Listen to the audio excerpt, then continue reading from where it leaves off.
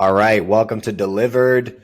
Today, Dale and I are going to talk about cost plus pricing versus value based pricing. And this comes on the heels of our last episode, which was hourly versus fixed. And I would consider those to be billing methods. And this conversation around value pricing versus cost plus to be strategies, right? Like this is higher level considerations versus just kind of like how do you structure your payments in an invoice, which is kind of what we talked about last week. We're going to kind of take it a higher level up. And to just as a like disclaimer, this material gets dense. There's entire books written on value pricing versus cost plus. Economic theories have been built around this. Adam Smith, Karl Marx. So we're going to try in 20 minutes make it, compare the two, talk about our experiences, maybe just get you to think about some things, and we'll leave it at that. We'll let you guys explore that even further on your own. So what's the problem here? Well, from my perspective, and we'll talk about both, but from my perspective, I believe that professional firms lose out on potential profit by focusing on costs when they start valuing their services. And so that's kind of the entry point to this. But Dale, I want to kick it over to you. Can you talk to us about how cost plus pricing works? Sure. So, also want to preempt this with you have to really know your numbers in your business. You have to know your sales. You have to know your overhead. You have to create a budget at the beginning of every year of what your year is going to look like. So there's some amount of guesswork in no matter what Right. you're doing or at least planning and goal setting, right? So cost plus is a pretty common pricing model, right? So you figure out what all your base costs are going to be for the year. You figure out how much you're going to sell, right? You have to put a number down. You don't know, but you're going to put a number down. And you're going to figure out what your raw product costs are, right? So your direct expenses. So do you have to buy software? Do you need a vehicle to drive this stuff around? Do you have to buy equipment, right? Maybe you're a photographer. Do you need to buy a camera that year, right? Right. You got things you got to buy in your business, hard expenses. Some are maybe spread throughout many projects. Some might be directly associated with that project. So you want to figure out directly with that project, what do you need to buy? Okay. What is it going to cost you to deliver it? You have to put a time on yourself and you have to put a time on your staff, your employees, right? And your labor costs, you have to include all those little fun things like unemployment taxes, payroll taxes. For us, I figure we work 46 weeks out of the year, not 52, because you've got vacations, you've got snow days, power outages, bad days, right? So think about that. You're not going to have a full year to do this, right?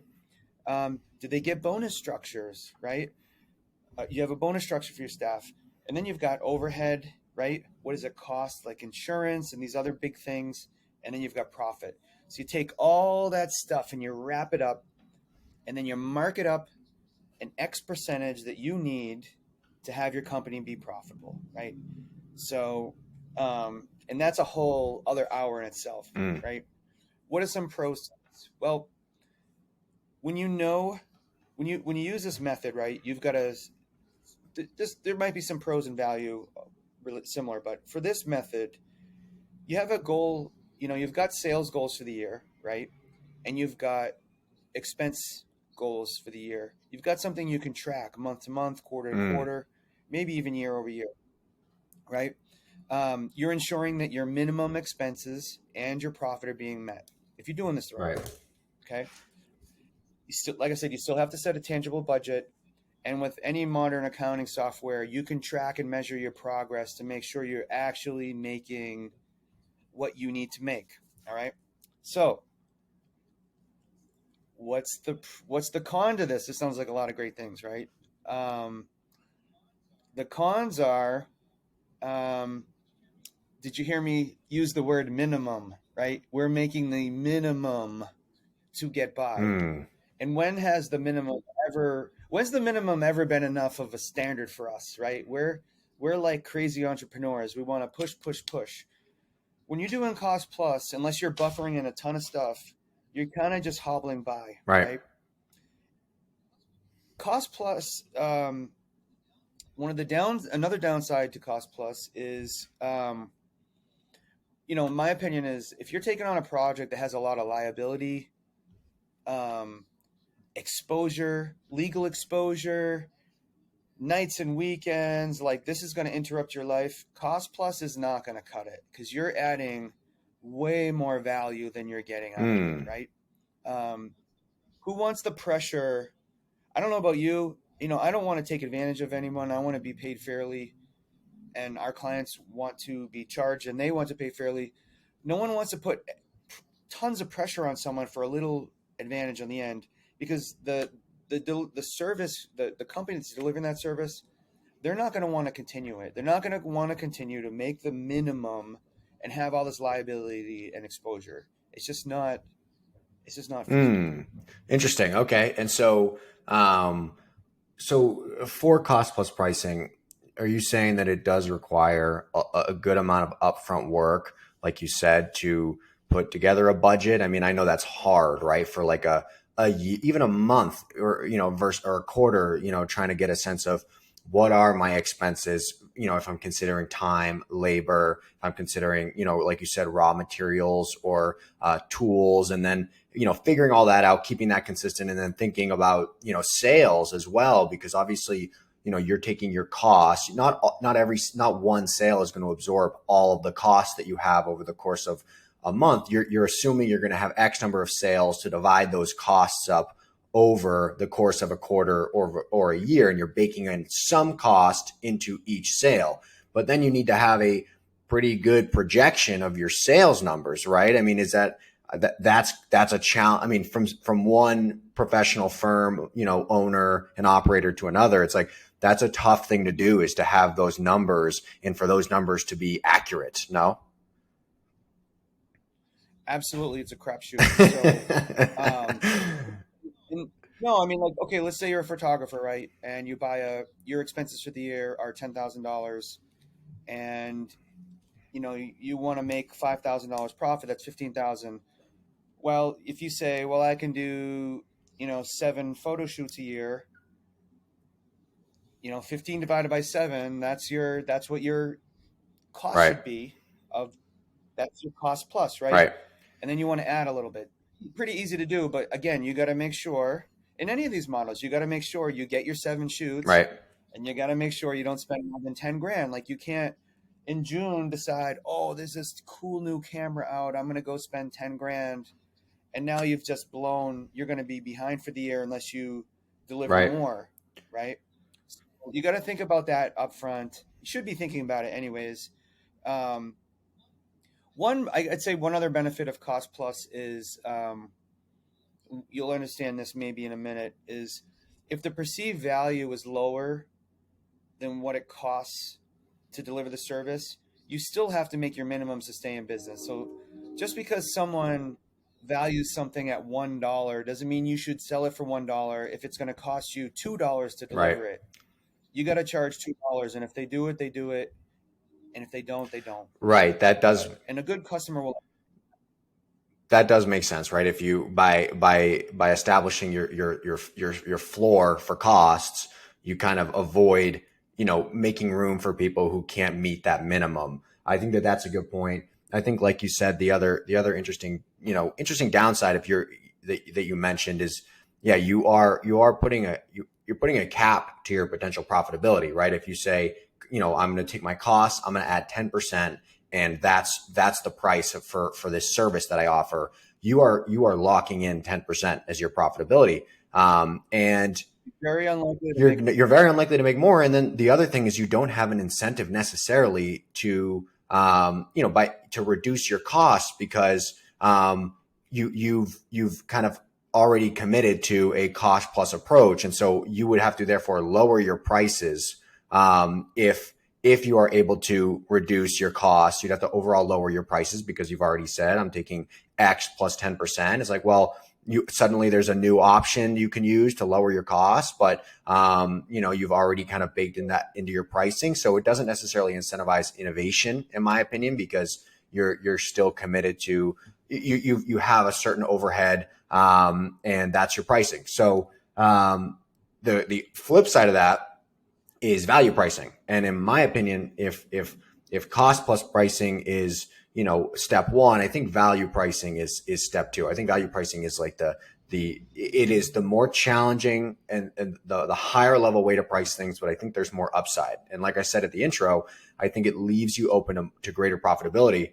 But the challenge is when we start talking about value pricing, we have to start asking ourselves questions about the nature of value, right? Like if we're going to price something based on the value it provides, we need to have a good understanding of how value works. And it's complicated, right? Like, so what does make something valuable? I mean, there's theories out there that labor makes something valuable, and like the amount of labor and raw materials required to make something is what creates value. Scarcity, like that's a common value argument, is like the less of something there is, the more valuable those items are. Perception, the subjective theory of value, right? That like there's actually really nothing inherent in anything that makes value. It is all about how valuable it is to the person you're engaging with in this transaction. Or maybe complexity, like does the complexity of a thing make it more valuable? These are all questions that we need to ask when we're starting to kind of try and price our services. And an interesting, I have some examples to try and break down what might be kind of preconceived notions around each of these. So for one thing, I saw this interesting study that basically took all the component parts of a human being, which are like a few basic elements like hydrogen. I won't get too deep into the science, but a few basic elements that you could buy online from a store, right? And to buy those elements that make up human beings, if you went online and you bought all of them in the quantities required to make an average male, let's say, it's $600. So it's like, okay, are we saying that, that initially that's like, okay, what does that mean about value, right? We're saying the human life is worth $600, or is there's something different? Is there something more than just the raw materials associated with that makes us believe that human beings are worth more than 600? That's a question.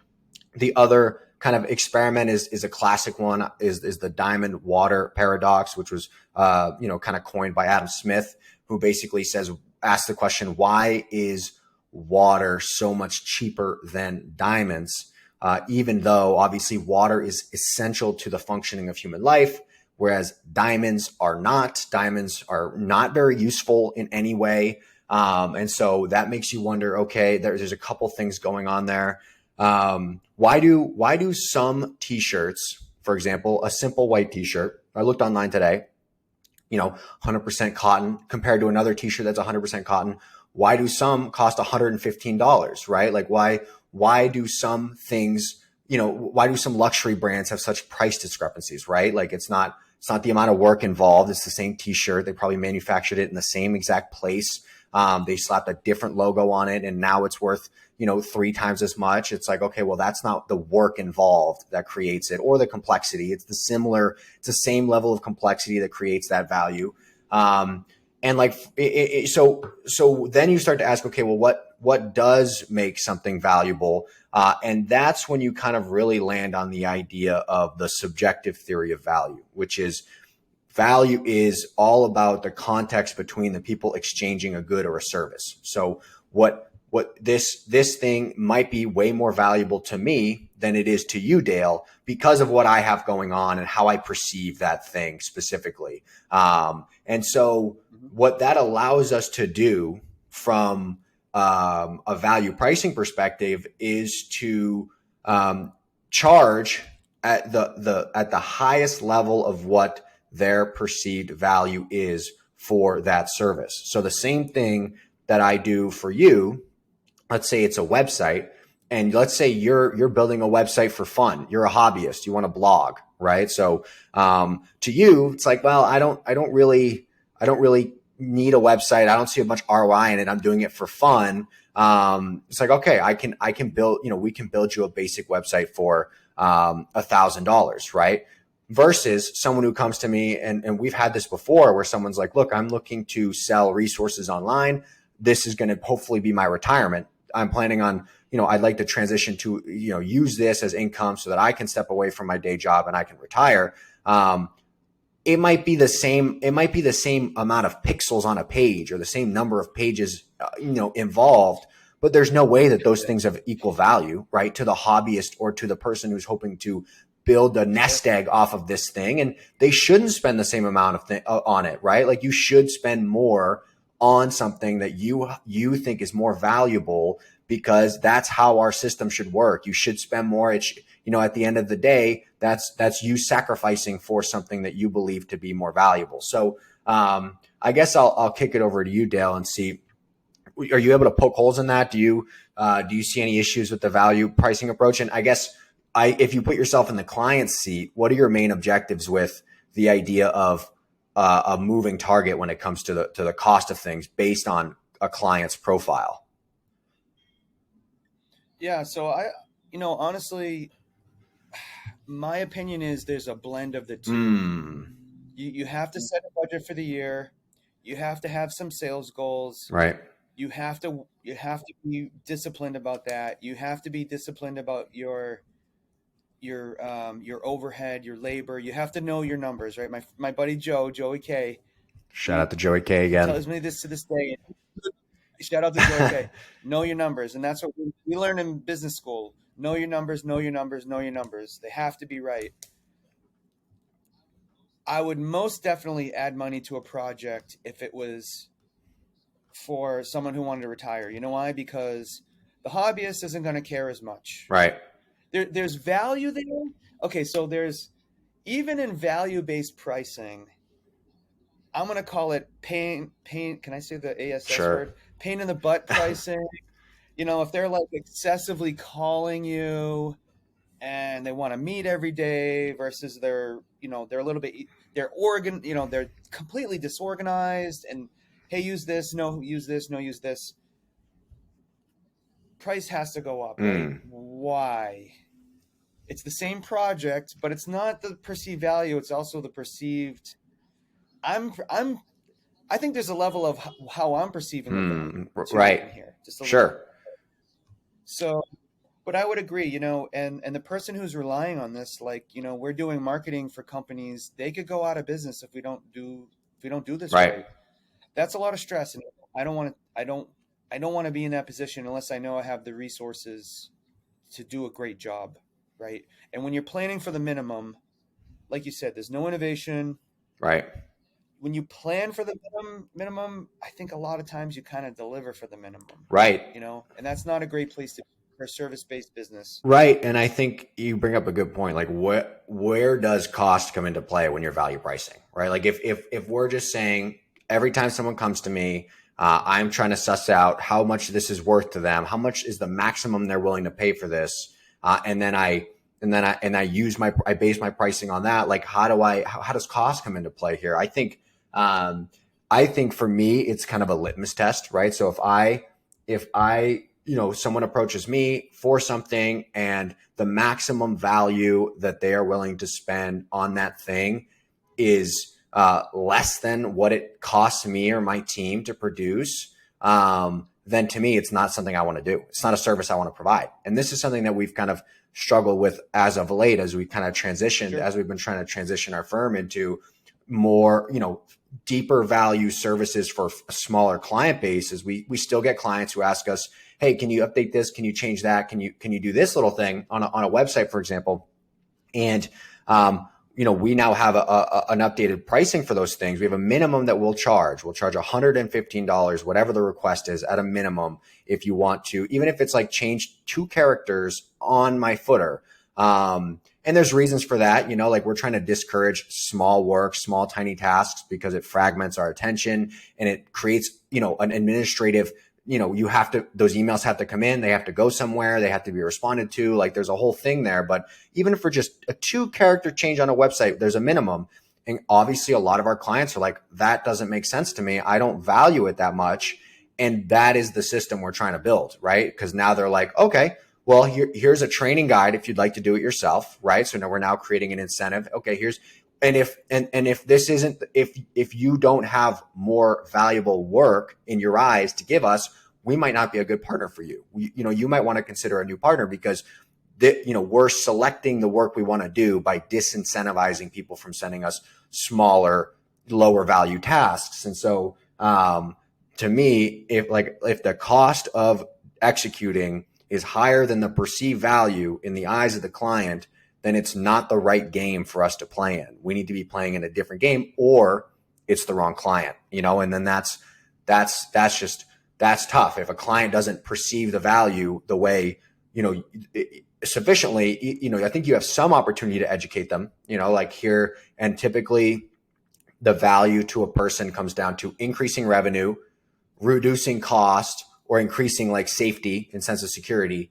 And so you kind of have to find a way to communicate that value. And that's probably a whole nother episode, is how do you communicate the value of what you do? But if you don't have that ready to go, then yeah, you're gonna either have to say no to a lot of people, or a lot of people are going to say no to you because they're not seeing the value add that you bring. So, but I do think value pricing encourages innovation because you're not focused on costs. I think it increases your profitability, and I think increased profitability is great for your clients. Your current client roster wants you to be safe. They want you to have time to think. They want you to have room to grow. They want you to be able to hire excellent team members or useful minds, or use the best tools, or develop your thought leadership. And then they want you to leverage that with them. What they do not want is for you to be in a famine mentality where you're just like jumping around, taking on any project you can, stressing about how to pay your bills, just meeting your minimums, and then doing, obviously you do shoddy work if you have that mindset. So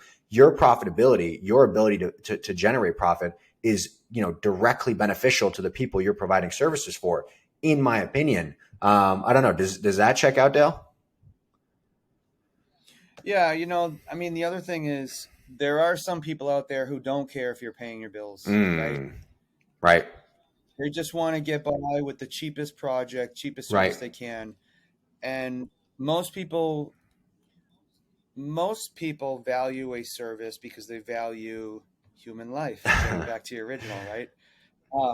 But there are some people, they don't value it until it goes wrong, right? And when you're charging someone 79 cents to make a change on something, it's like, who cares? Like the amount of time, let's just say it took me $5 worth of time. But what's the change in the footer? Like, it could be a phone number's broken. That could be huge to them. And what if you do it wrong a second time and then you leave for the day? Your service is an important service. It needs to be handled importantly. Agreed. And I think the when you are able to figure out how the client values this, and you can price according to how they value it, I think you're speaking their language. Because I've been in positions before working with larger clients who I put a price on something like to be their team on a month-to-month basis for their website, and they've come back to me and said, do you not value this the same way we do? Like, this is too cheap. This isn't enough, and I sat there. I was like, well, I'm just I'm considering my costs. This is about how much per month I'm going to have to, this is the hosting space. This is the tools. Like, I don't know what to tell you. And they're like, to us, this is a signal that you do not care as much about this as we do. And so sometimes when you use cost plus pricing, you might miss out on connecting with clients and speaking the same language by communicating that the value of success in your eyes is equivalent to the value of success in their eyes. And so I think people can respect you more. I think you're not going to win a contract with a big, there's plenty of times where you can underprice something, and I think if you cost plus it, have you ever underpriced something, Dale? No. Right. I think he's winking. So yeah, I mean, that's another weird angle to take, is that you could sometimes lose work on cost plus pricing because you come in too cheap. Can I put you on the spot here? What are the kind of questions you might recommend someone ask when they're trying to understand the value of something? Or are you perceiving the value for them? That's a great question. And I like what you did. If you don't know, it's okay. No. I should be able to answer this, right? A couple episodes ago, you kind of laid it out, right? Where like people are like, because most of the time people are like, I don't know, right? Like, what is the value of this? If you ask that straight up direct question, no one's going to give you like, about $16,574, right? Like you're not going to get that. But what you can do is start to build parameters. And you mentioned this in one of the other episodes. You're like, okay, well, is this worth $100,000 to you? And they're like, Jesus, no, it is not worth $100,000 to me. It's like, okay, well, is it worth, $15? And you start to like, you can start to put them in specific boxes. I think the easiest way to do it is to have some sort of ROI measurement ready to go, right? Like, here's how much we'd want to increase X or decrease Y, right? Like there's time saving that you can do, which time is money to a certain extent. So there's the cost saving that you can use as your value ROI meter, or there's the increase in revenue that you can kind of create with your value ROI meter. But there's all sorts of ways that people deliver value. I mean, the client experience is valuable. We'll make sure that you don't have any headaches, right? Like you always have a point of contact, like your board of directors will be happy, or like your boss will love you. Like there's so many ways to try and land on like what contributes to someone's perceived value, that I think it's a machine model of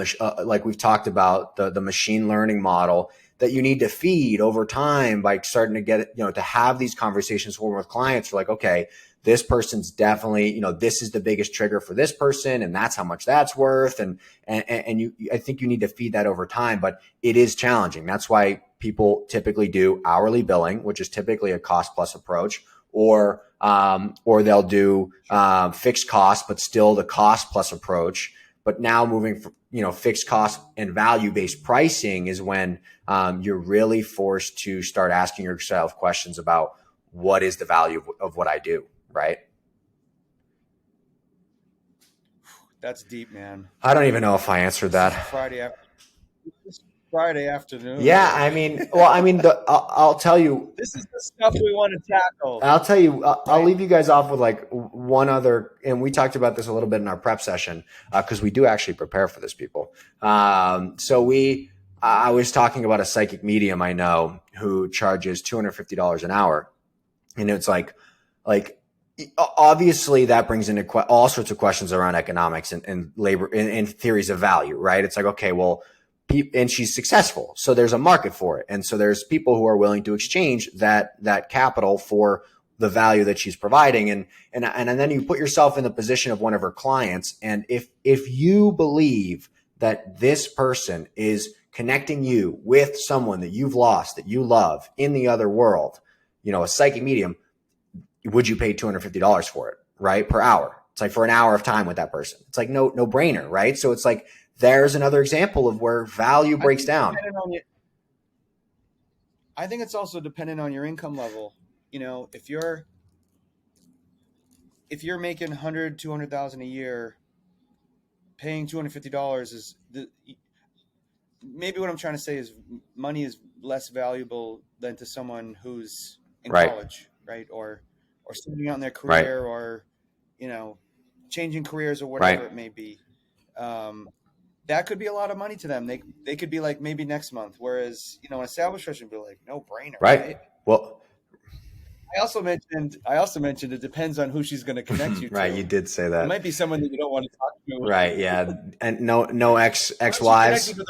Right. Yeah. What if she connects you to the wrong person? Well, that, and your comment around like the beauty thing of value pricing is like, in this case, if she does have someone with a lower income level, right? Like a college student, the value of that exchange to the college student who's on a budget, who wants to talk to, her grandfather who passed away, the value is less because, her perceived value is less because she has all the context around my budget. I got to pay for groceries. Here's my rent. Her perceived value is less. When you value price, you can meet her where she is. You can say, okay, this is the upper limit of what you're willing to spend on this. This is the value you see in this. This is how much it's going to cost, right? You're you're not stuck on a specific rate or a specific cost or a specific billable hour. You have that flexibility because you're working within the perceived value on a case by case individual basis, which is why you only really see this in service firms where you get to have deeper conversations. You can't have a website where you're selling shoes and it's all value pricing. It's like input your price. How much is this worth to you? Right? Like that would be an interesting experiment, I think it would probably lead to bankruptcy, but that's why this works for firms like ours. Right. Absolutely. Well, I think that was a great example to finish off with. Agreed. This has been a great season. Yeah, we'll unpack this further. Appreciate y'all for listening. Dale, happy Friday, and I'll see you next week to get prepped for the next episode.